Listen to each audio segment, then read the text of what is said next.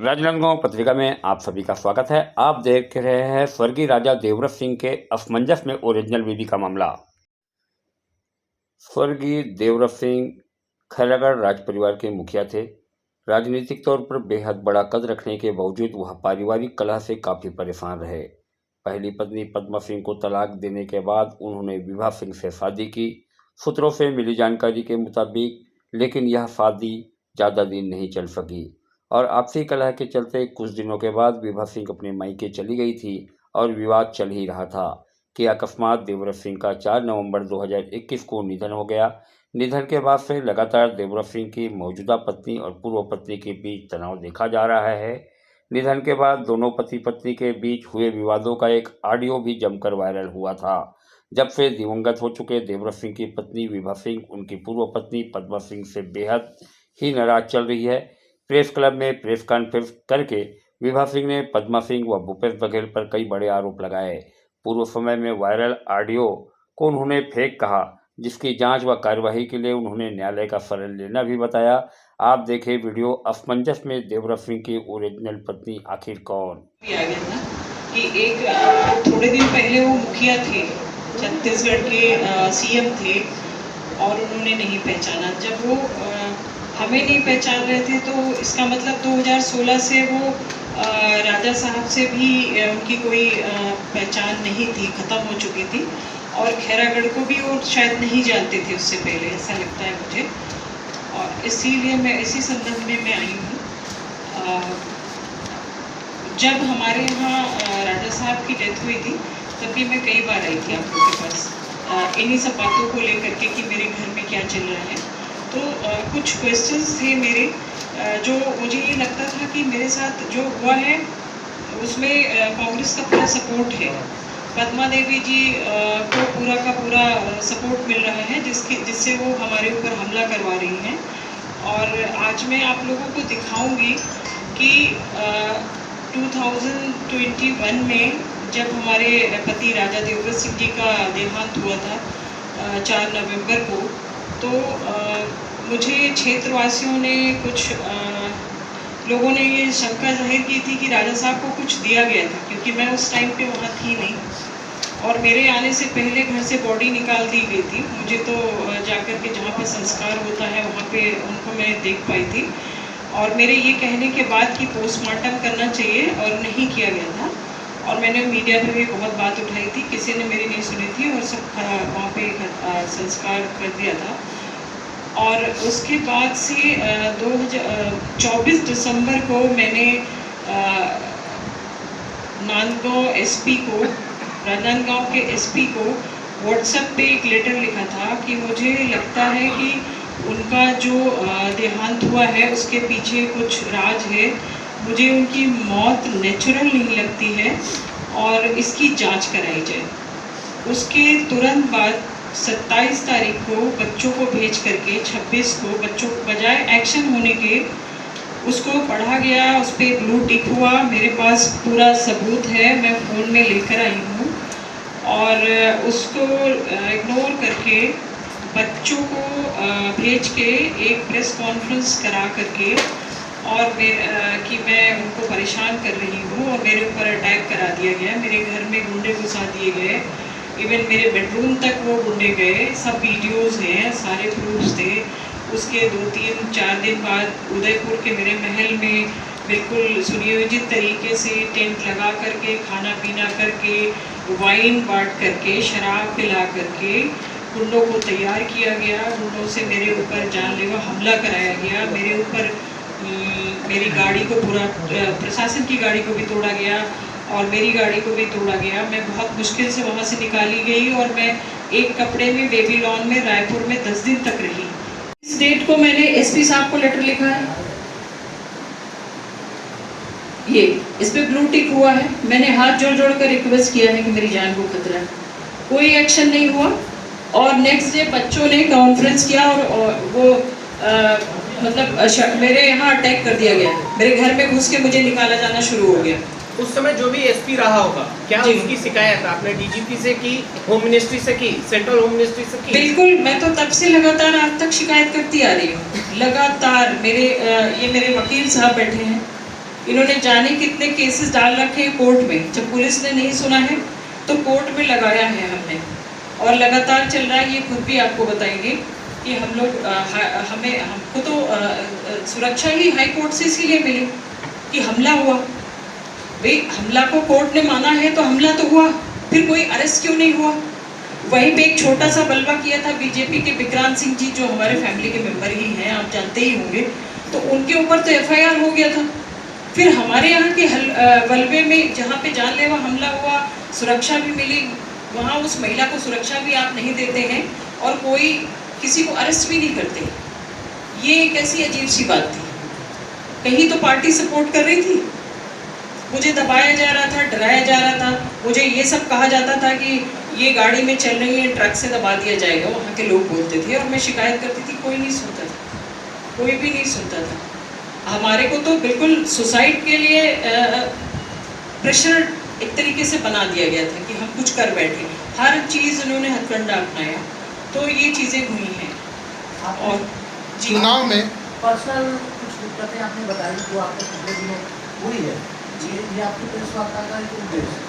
दूसरा, आप जो है बीजेपी को वोट करने की अपील करें, तो एक्चुअल में कॉन्फ्रेंस का मोटो क्या है? बीजेपी के लिए वोट मांगना या आपकी अपनी परेशानी, आपकी दोनों बिंदु है, क्योंकि भूपेश बघेल लोकसभा प्रत्याशी हैं और परसों जो है वोटिंग होनी, तो ये पॉलिटिकल है या फिर ये आपकी व्यक्तिगत परेशानी? जी, ये मेरी व्यक्तिगत है, और व्यक्तिगत में ये है कि ये बार बार होता रहा, ऐसा नहीं कि सर पहली बार हो रहा है ये। अभी विधानसभा चुनाव में भी यही सेम चीज़ हुआ था। मैं आपको दिखा दूँ, मैं लेकर आई हूँ कि मैंने कंप्लेन दिया था, यही पहचानने से इनकार किया गया था मुझे, और पूरा चुनाव हो गया। सोचिए 4-5 दिन पहले ही मैं क्यों करूँगी? मुझे 4-5 दिन पहले खबर लगी कि वो प्रचार कर रहे हैं और पद्मा देवी को प्रेजेंट वाइफ बता रहे हैं, तो फिर से मैं आई हूँ। और मैं लोगों को सिर्फ ये बताना चाहती हूँ कि जो पार्टी इस तरह से छलावा कर रही है गांव वालों के साथ, ऐसा कि आप इतने बड़े हस्ती होकर के आप बोल रहे हो जाके कि ये पत्नी है, तो ऐसी राजनीतिक पार्टी और उस पार्टी के प्रत्याशी के हाथ में हमारा क्षेत्र सेफ नहीं है। और वैसे भी भूपेश बघेल जी को चुनाव जीत जाने के बाद दिल्ली की राजनीति करनी है, वो क्षेत्र के लिए कुछ नहीं करेंगे। तो हम उस चीज़ से बचाने के लिए, कोशिश करने के लिए ही हम दिल्ली से कल आए हैं कि हमारे यहाँ के क्षेत्रवासी, जिन पे हमारे पति देवव्रत सिंह जी अपनी जान देते थे, जिनके लिए उन्होंने जान दिया है और हमेशा उनका मन वहीं बसता था, तो मेरा फर्ज बनता है कि मैं अपने जिंदा रहते तक उनको सही गलत समझाऊं, सही गलत बताऊं। अगर पॉलिटिक्स मेरा मुद्दा होता या बीजेपी का कोई मेरे ऊपर दबाव होता या मेरा कोई लालच होता, तो मैं क्षेत्र में जाके प्रचार कर रही होती। मैं प्रेस कॉन्फ्रेंस के जरिए ये अपनी बात नहीं रखती, मैं आती, मैं ज्वाइन भी करती, मैं प्रचार भी करती, जैसे पद्मा जी घूम रही हैं मैं भी करती, लेकिन मैंने ऐसा कुछ किया नहीं, ना ही बीजेपी ने मेरे से ऐसा कुछ कहा है। बीजेपी के एक भी पर्सन ने मेरे से कोई भी बात नहीं की है।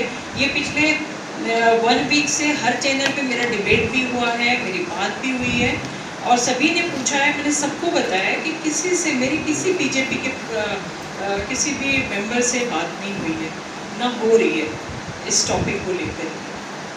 क्या कारण है कि भूपेश बघेल जी आपको देवव्रत सिंह जी की पत्नी मानने को तैयार नहीं है? निधन के पहले आपके देवव्रत सिंह जी से कैसे संबंध थे? हाँ जी, क्या कारण है कि भूपेश बघेल जी आपको वर्तमान पत्नी मानने को तैयार नहीं हैं? निधन के पहले, राजा साहब के निधन के पहले आपके संबंध में कहीं कोई प्रॉब्लम था क्या? सर एक बार वो पहचानने के लिए तैयार नहीं है, ये तो वो जाने कि क्यों नहीं। और दूसरी बात, राजा साहब से संबंध में मेरे खटास थे। अगर ऐसा कोई कहता है तो वो मुझे बताए कि कौन ऐसा आदमी है जिसके पति पत्नी में झगड़ा नहीं होता, खाली रामायण पे हाथ रख के कि अगर झगड़ा आज हुआ है और वो हो भी गया तो उससे पत्नी मानने में इनकार हो जाएगा।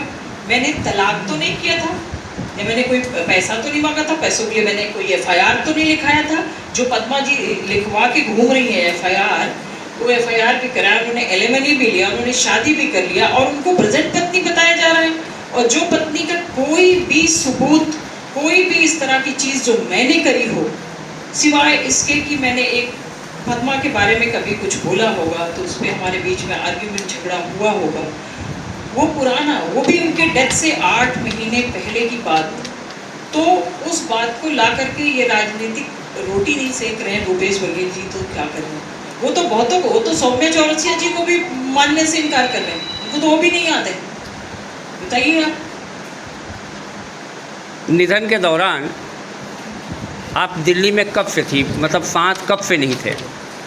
जी निधन के दौरान जी निधन के दौरान या निधन के कुछ दिनों पहले से जी। आप कब से साथ नहीं थे?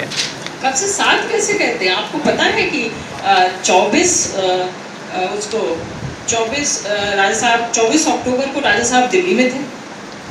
आपको सबूत चाहिए तो आप चेक करवा लें, उनकी टिकट्स होंगी, वीडियो वो कैमरे में वो होगा, फोटोग्राफ्स मिल जाएंगे आपको। नहीं, कौन कहता है? आपका एक ऑडियो भी वायरल हुआ था जिसमें बहुत सारे जी बातें तथ्य आया था जो अशोभनीय भी रहा है, जी जी। तो इससे तो पता वो चलता ऑडियो, है। आप बताएंगे कि वो ऑडियो कहाँ से आया था? ठीक, आपको पता हो शायद कि ठीक है। कहाँ से आया था? राजा साहब का मोबाइल कहाँ है, किसके पास है? क्या वहाँ से कोई चीज़ निकली है? ऑडियो जैसा भी हो, ऑडियो तो आप ही लोगों से आएगा। नहीं, ऑडियो आप ही लोगों का है। नहीं, आप कैसे कह सकते हैं कि ऑडियो मेरा है? ऑडियो वहीं से आया था ना, जी। तो ऐसी कोई घटना हुई रही होगी तभी आया था। कैसे तो आप कैसे कहते हैं घटना हुई रही होगी? आप बताएंगे, आप बताएंगे घटना हुई थी नहीं वो मैं हुई नहीं थी? बता सकती। हाँ बिल्कुल आप बताएंगे। और या फिर जो चले गए वो बता सकते हैं। बिल्कुल सही। मैं कहती हूँ कोई घटना नहीं हुई थी। और एक नॉर्मल घटना जो रूटीन में होती वो घर में 100 बार होती है। आपका कहने का मतलब ऑडियो फेक था? बिल्कुल फेक था। उसकी जांच के लिए मैंने कंप्लेन दिया था, आज तक जांच नहीं हुई। आपको चाहिए प्रूफ तो वो प्रूफ भी मैं आपको मिल जाएगा। मैंने बार बार कंप्लेन दिया, साइबर में भी दिया, सभी जगह दिया। जांच हो। ये ऑडियोज आए कहाँ से, किसने लीक करा, किसने इसमें क्या कट पेस्ट किया, कुछ भी चीज़ नहीं आई। जांच नहीं होने के बाद में उसका जांच करवाने के लिए क्या एक्शन लिया आपने? मैंने कोर्ट में डाला है। ये बैठे मेरे वकील साहब, मैंने मोबाइल की मांग की है, कोर्ट में डाला है। अगर ये सबूत भी चाहिए तो मैं अगला कॉन्फ्रेंस करके जो कोर्ट में ACGM कोर्ट में चल रहा केस कि वो जांच हो और मोबाइल किसके पास है, ये सारे प्रूफ आपको दे दूंगी। जब पुलिस ने नहीं सुना, प्रशासन ने नहीं सुना, तो मैंने कोर्ट का सहारा लिया है और ये चीज़ आएगी आगे, हर चीज़ की जांच होगी। जितने फर्जी षड्यंत्र हुए, किस तरीके से राजा साहब के फर्जी सिग्नेचर से वहाँ पे पैसे लिए जा रहे हैं, ये देखिए आप, उनके फर्जी सिग्नेचर हैं ये। 2022 में राजा साहब ने फर्जी रिसिप्ट पे साइन किया है। आप मान सकते हैं कि कोई देश का भूतपूर्व सांसद और 4 बार का MLA, उसका फर्जी सिग्नेचर बनाया जा रहा है, उस पर कोई एक्शन हुआ? पुलिस को मैंने 4 बार कंप्लेन दिया है। आप देखो इसको, ये फर्जी सिग्नेचर है 2022 का, जिसमें देवव्रत सिंह का सिग्नेचर है, जो कि 2021 में खत्म हो चुके थे। ये हमारा जयदेव वेंचर, जिसके वो प्रोपराइटर थे, उनके सिग्नेचर से काम चल रहा है वहाँ पे। मैं तो हर चीज़ का जांच डाला है मैंने, वक्त लगता है, सब सामने आएगा और सबको मैं सुप्रीम कोर्ट तक घसीटूंगी। जितने फर्जी सिग्नेचर से चीज़ें बनाई गई हैं कांग्रेस के कार्यकाल में, जो भी चीज़ें की गई हैं, सबको लेकर, इसीलिए मैं सब लेकर आई हूँ और मैं सब केस लड़ी हूँ, इसीलिए इतने पेपर्स हैं मेरे पास, सब लेकर मैं जाऊँगी। ऐसा कुछ नहीं है। और अगर इनके पास है जितने भी इल्ज़ाम मुझे लगाए गए हैं, तो पेपर लेकर आए, मुझे दिखाएं, कहीं तो कुछ होगा। कोई एक पिक्चर तो मेरी होगी कहीं पे, आज से 20 साल 30 साल पुरानी कोई पिक्चर होगी कि नहीं होगी? आप लोग बताएं, कुछ तो होगा। 2 साल गुजर गए, 2.5 साल, क्यों नहीं कोई लेकर आता? आप मुंह से बोलोगे कि आगरा का ताजमहल मेरा है, लाल किला मेरा है, तो क्या मान जाएंगे हम? आपको सबूत देना होगा।